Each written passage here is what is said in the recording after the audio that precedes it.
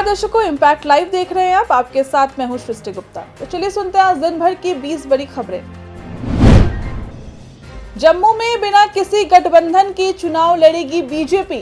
प्रदेश BJP अध्यक्ष रविंद्र रैना बोले, party में किसी भी पार्टी के साथ गठबंधन नहीं करेगी। कश्मीर में निर्दलियों से कर सकती है गठबंधन। उन्होंने कहा कि जम्मू कश्मीर की जनता भाजपा को भारी मतों से जिताएगी और हम सरकार बनाएंगे। पूर्व एमएलए सुनील पांडे ने बेटे के साथ थामा कमल। बीजेपी प्रदेश अध्यक्ष दिलीप जायसवाल ने पार्टी की सदस्यता दिलाई। तरारी सीट पर सुनील पांडे के बेटे विशाल प्रशांत हो सकते हैं एनडीए उम्मीदवार। झारखंड के पूर्व सीएम चंपई सोरेन के दिल्ली आने से सियासी हलचल तेज। चर्चा है कि वे 6 विधायकों के साथ बीजेपी में शामिल हो सकते हैं। हालांकि चंपई सोरेन ने कहा कि वे निजी काम से दिल्ली आए हैं। वैसे चंपई सोरेन के पैतृक घर से जेएमएम के झंडे हटा दिए गए हैं और उन्होंने अपने प्रोफाइल से भी जेएमएम को हटा दिया है। पीएम मोदी ने थाईलैंड की सबसे युवा प्रधानमंत्री को दी बधाई। महज 37 साल की उम्र में थाईलैंड की प्रधानमंत्री बनी पेंटोगटान शिनवात्रा। पीएम मोदी ने कहा कि वह दोनों देशों के बीच संबंधों को और मजबूत करने के लिए उनके साथ मिलकर काम करने को लेकर आशावंती हैं। कोलकाता केस के बाद जारी डॉक्टरों के प्रदर्शन को लेकर गृह मंत्रालय अलर्ट। विभाग ने राज्यों से कानून व्यवस्था को लेकर हर 2 घंटे में मांगी रिपोर्ट। गृह मंत्रालय ने राज्य पुलिस बलों को फैक्स और व्हाट्सएप नंबर तथा ईमेल आईडी भी उपलब्ध कराई है। अगवानी पुल मामले को लेकर सिंघला कंपनी पर भड़के पप्पू यादव। उन्होंने कहा कि सिंघला कंपनी के खिलाफ लोकसभा नहीं चलने दूंगा। पप्पू यादव ने कहा कि सिंघला कंपनी को मिला सारा टेंडर रद्द हो। तेजस्वी यादव की संभावित यात्रा पर मंत्री मदन सहनी ने कसा तंज। उन्होंने कहा कि वे पहले विधानसभा सत्र से गायब रहने का हिसाब दे। मदन सहनी ने कुंभकर्ण से तेजस्वी यादव की तुलना, कहा कि यह भी कभी कभी नींद से जागकर काम करने लगते हैं। बीजेपी में शामिल होते ही सुनील पांडे ने 2025 में बड़ी जीत का किया दावा। उन्होंने कहा कि 2025 में फिर से एनडीए की ही सरकार बनेगी, इसमें कोई संदेह नहीं है। सुनील पांडे ने कहा कि इसी लक्ष्य के साथ वे अपने समर्थकों के साथ बीजेपी में शामिल हुए हैं।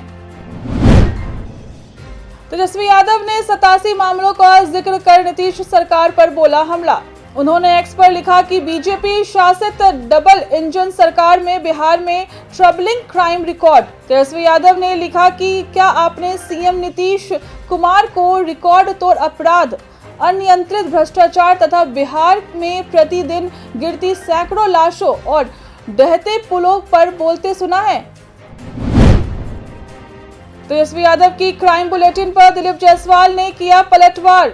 उन्होंने कहा कि पहले लालू यादव के कार्यकाल में हुए अपराधों की गिनती बताएं। दिलीप जायसवाल ने कहा कि जब वे पहले की गिनती को साथ में लेकर सवाल पूछेंगे तो मैं जवाब दूंगा। बिहटा एयरपोर्ट निर्माण के लिए तैयारियां शुरू। सितंबर में होगा टेंडर, अक्टूबर तक होगा जमीन अधिग्रहण, नवंबर में शुरू होगा निर्माण।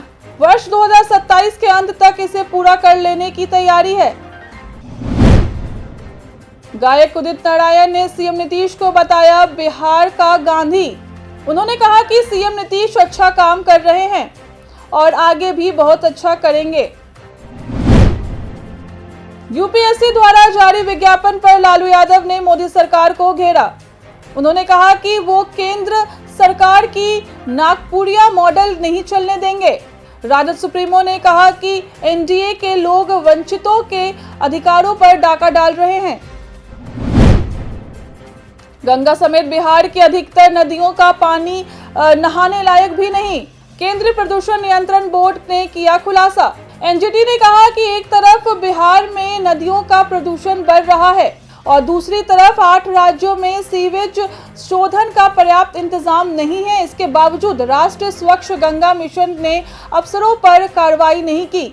एनजीटी ने एनएमसीजी के कार्यकारी निर्देशक से 1 सप्ताह में जवाब मांगा। यूपी के बुलंदशहर में भीषण सड़क हादसा, बस और पिकअप की आमने सामने की टक्कर में 10 की मौत, कई घायल।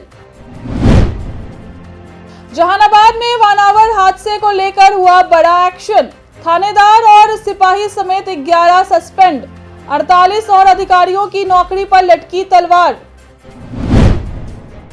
मुजफ्फरपुर में स्मार्ट सिटी के काम में लापरवाही को लेकर एक्शन में डीएम। उन्होंने स्मार्ट सिटी योजना का काम कर रही 2 एजेंसियां, खोखर इंफ्रास्ट्रक्चर प्राइवेट लिमिटेड और मानमर्दन शुक्ला कंस्ट्रक्शन कंपनी पर 5-5 लाख का जुर्माना लगाया। डीएम सुब्रत कुमार सेन ने 15 अगस्त तक बचे सड़क का निर्माण कार्य पूरा करने का दिया था निर्देश। पुलिस कर्मियों द्वारा लापरवाही पर पूर्णिया के एसपी ने लिया बड़ा एक्शन। उन्होंने एक साथ 75 पुलिस पदाधिकारियों के वेतन पर रोक लगाने का आदेश दिया। एसपी उपेंद्र नाथ वर्मा ने कहा कि वेतन रोकने के बाद भी सुधार नहीं हुआ तो निलंबित भी किया जा सकता है। नालंदा में एक ही परिवार के 3 लोगों ने की संदिग्ध आत्महत्या। 2 बच्चे के साथ महिला का फंदे पर झूलता मिला शव। पुलिस मामले की जांच में जुटी। आरा और मोकामा तक बढ़ेगा मरीन ड्राइव। पथ निर्माण विभाग की ओर से कहा गया कि कोइलवर से आगे आरा तक व बख्तियारपुर से मोकामा तक विस्तार करने को लेकर नए सिरे से काम होगा। वहीं दीघा के कोइलवर तक बनेगा एलिवेटेड रोड। तो ये थी आज दिन भर की 20 बड़ी खबरें। ऐसी तमाम खबरों के लिए देखते रहे इम्पैक्ट लाइव को। शुक्रिया।